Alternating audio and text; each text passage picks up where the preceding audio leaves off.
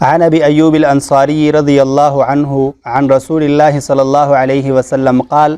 من صام رمضان ثم اتبعہ ستا من شوال فذاک صیام الدہر۔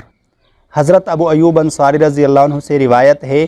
کہ حضور صلی اللہ علیہ وسلم نے فرمایا، جس شخص نے رمضان کے روزے رکھے اور رمضان کے بعد پھر شوال کے 6 روزے رکھے تو گویا کہ اس نے پورے سال روزے رکھے۔ شوال کے جو 6 روزے ہیں، ان روزوں کی بڑی فضیلت آئی ہے۔ حضور صلی اللہ علیہ وسلم نے فرمایا کہ جو شخص رمضان میں روزے رکھے اور اس کے بعد شوال کے 6 روزے رکھے تو اس کو اتنا ثواب ملے گا کہ اس نے پورے سال گویا کہ روزے رکھے ہوں۔ اور اللہ تعالیٰ کا چونکہ یہ قانون ہے،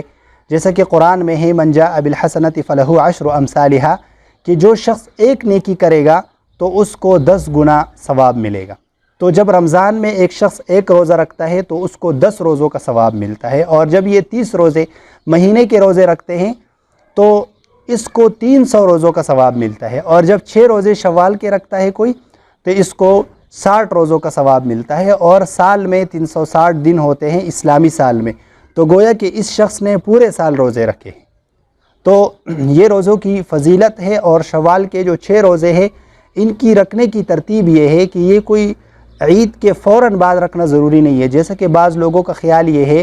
کہ آپ عید کے فوراً بعد یعنی دوسرے دن آپ یہ روزے شروع کریں اور پھر مسلسل یہ روزے رکھیں، اس طرح نہیں ہے، بلکہ شوال کے پورے مہینے میں یہ روزے آپ رکھ سکتے ہیں۔ عید کے فوراً بعد شروع کرنا بھی ضروری نہیں ہے، اور اس طریقے سے مسلسل رکھنا بھی ضروری نہیں ہے۔ یعنی آپ ایسا کر سکتے ہیں کہ اس ہفتے میں 2 روزے رکھے، اگلے ہفتے میں پھر 2 روزے رکھے، اور پھر اگلے ہفتے میں 2 روزے رکھ لے، تو آپ اس طرح کر سکتے ہیں۔ تو جو شوال کے 6 روزے ہیں ان کی بڑی فضیلت آئی ہے،